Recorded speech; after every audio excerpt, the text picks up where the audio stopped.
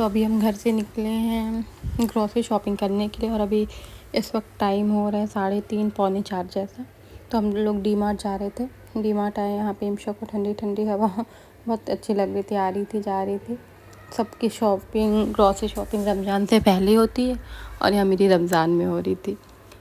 Actually इनके पास time बिल्कुल नहीं था और सारी चीज़ें थी घर में, तो अल्लाह का शुक्र है, तो इतनी ख़ास ज़रूरत नहीं थी। ये बोली मसला नहीं है तो चलो वीक डे में चल के ले आते हैं। और रमज़ान में शॉपिंग ग्रॉसरी ना जो ऐसा तो खैर पॉसिबल ही नहीं, सारी चीज़ें भले रहती है बट कुछ ना कुछ तो चाहिए ही होता है।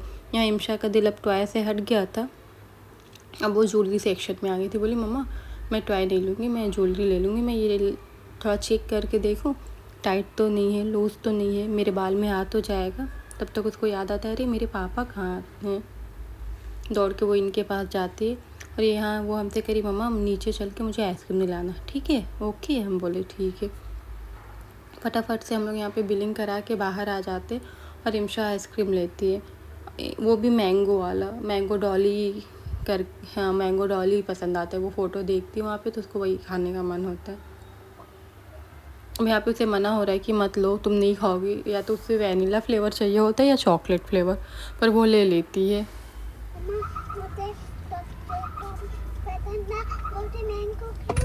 आप ही तो बोली बेटा मैंगो खाने के लिए, तो वहाँ पर क्यों नहीं बोली? मैं बोली तो और आइसक्रीम खाती नहीं, आखिर में हम लोग को उसे गिराना ही पड़ता है।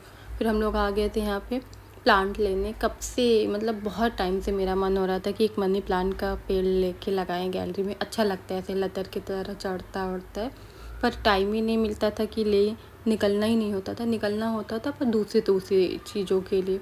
ये बोले अब आई हो तो ले लो, फिर रमज़ान में ऐसे स्पेशली इसके लिए नहीं निकला जाएगा। तो हम बोले चलो आए रास्ते में ही ले लेते हैं, वैसे भी अभी लेट नहीं हो रहा, पर हम लोग को घर जाते जाते काफ़ी लेट हो गया था। तो यहाँ पे इतने ढेर सारे मनी प्लांट्स के छोटे बड़े हर तरह के पेड़ थे, पर मैंने छोटा प्लांट लिया और 2 प्लांट्स लेके एक ही गमले में लगवा दिया था। इतने ढेर सारे प्लांट थे, फ्लावर थे, मन हो रहा था कितनी चीज़ें ले ले, पर नहीं ले सकते क्योंकि उतनी अच्छे से ख्याल नहीं रख सकते, घर बंद रहता है हफ्ते भर, 10 दिन आना जाना घर का लगा रहता है। इसलिए हम लोगों ने बस मनी प्लांट लिया और आ गए। अब यहाँ इंशा पूछ रही कैसा क्या होता है इससे, क्यों ली, और घर आते आते वो सो गई थी। घर आके सबसे पहले काम सारा सामान वैसे रख के, क्योंकि उसमें से कोई ज़रूरत की चीज़ नहीं थी कि इस्तेमाल में, रख के किचन में आ गए। किचन में आते ही एक कुकर में चना रख दी बॉइल्ड होने के लिए और एक में आलू छिल के रखना था।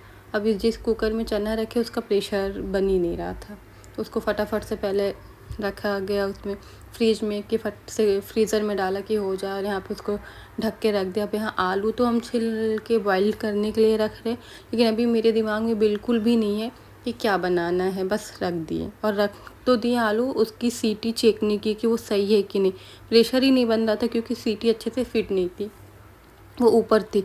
इधर पापड़ भी तल लिया और घर आते आते हम लोगों को 6 बज गया था और रोज़ा खोलने का भी टाइम हो गया था। मेरे पास मुश्किल से 20-25 मिनट ही था अफ्तार बनाने के लिए। अब डर लग रहा था अफ्तार टाइम पे बन पाएगा कि नहीं बन पाएगा, और इधर आलू उबल ही नहीं रहा था, प्रेशर ही नहीं बन रहा था उसका, पानी गिरने लगा। फिर ख्याल से देखे तो पता चला अरे कुकर ही का सीटी सही से नहीं लगा। फिर उसको फिट किए फट से, और जल्दबाजी में चीज़ें उल्टी पुल्टी हो ही जाती है। यहाँ पे भजिया बनाने के लिए फटाफट से प्याज कट कर ले रहे हैं और बार बार मेरी नज़र घड़ी पे जा रही, कितना बजा, कितना टाइम बाकी है, कितना टाइम बाकी है। और जब जल्दी रहता है उस टाइम सारी चीज़ें उल्टी पुल्टी होती रहती है। तो यहाँ पे फटाक से मैं ज़्यादा चीज़ें तो नहीं बना रही अफ्तार में, बट हाँ इतना बना लें कि हम लोग आराम से रोज़ा खोल लें।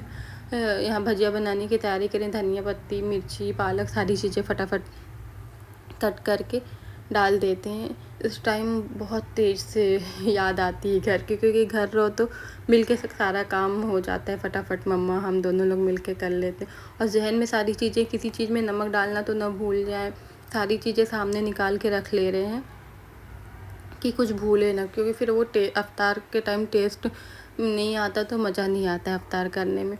और अक्सर ऐसा होता है कि नमक डालने का याद नहीं रहता कि किस चीज़ में नमक डाले हैं या नहीं डाले हैं, क्योंकि आदमी टेस्ट तो कर पाता नहीं रोज़ा की वजह से। यहाँ पे भजिया का एकदम अच्छे से बैटर तैयार कर लिया। बहुत सारे लोग इसमें आलू भी डाल देते हैं, लेकिन मेरे पास टाइम बिल्कुल नहीं था कि मैं आलू डालूँ, और आलू बहुत अच्छा भी लगता है डाल के बनाने में, टेस्ट भी आता है। यहाँ पे इनके लिए ऐसे तवे पे सेक लेंगे भजिया और अपने लिए डीप फ्राई कर लेंगे। आज मूंग दाल या कोई और दाल हम नहीं भिगाए थे, इसी से फटाफट बेसन से इनके लिए भी बना लेते हैं।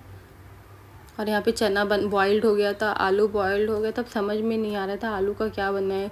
कुछ भी बनाने चलो तो टाइम तो लगेगा, इसलिए मैंने उसको स्किप कर दिया कि छोड़ो बाद में बनाएंगे।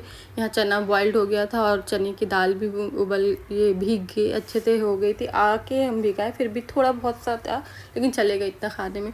यहाँ सारी चीज़ें मैं अलग अलग चॉप करने वाली थी, लेकिन जल्दी की वजह से एक ही में कर लिया, और इतना बड़ा बड़ा टुकड़ा डाल दिए थे कि वो हो ही नहीं रहा था, दोबारा से छोटा छोटा करके डालना पड़ा हमें फिर से।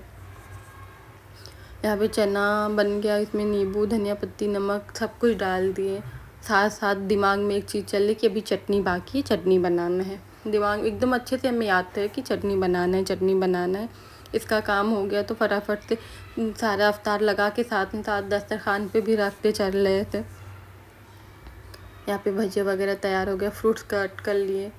अभी शरबत बाकी था, हाँ शरबत भी बनाना था, शरबत भी बन ही गया मेरा। सब कुछ हो गया था, बस अब अजान होने में भी 3 मिनट या 2 मिनट टाइम था ऐसे। फिर उसके बाद सारी चीज़ें दस्तरखान पे रख के, खजूर रह गया था तो फिर आए खजूर लेके गए। जैसे ही दस्तरखान पे बैठे याद आया यार ये चटनी नहीं है, तब तक अजान हो गई। फिर मैंने चटनी बनाई, फिर आके रोज़ा खोली। ऐसे हबड़ डबड़ वाला रोज़ा था आज।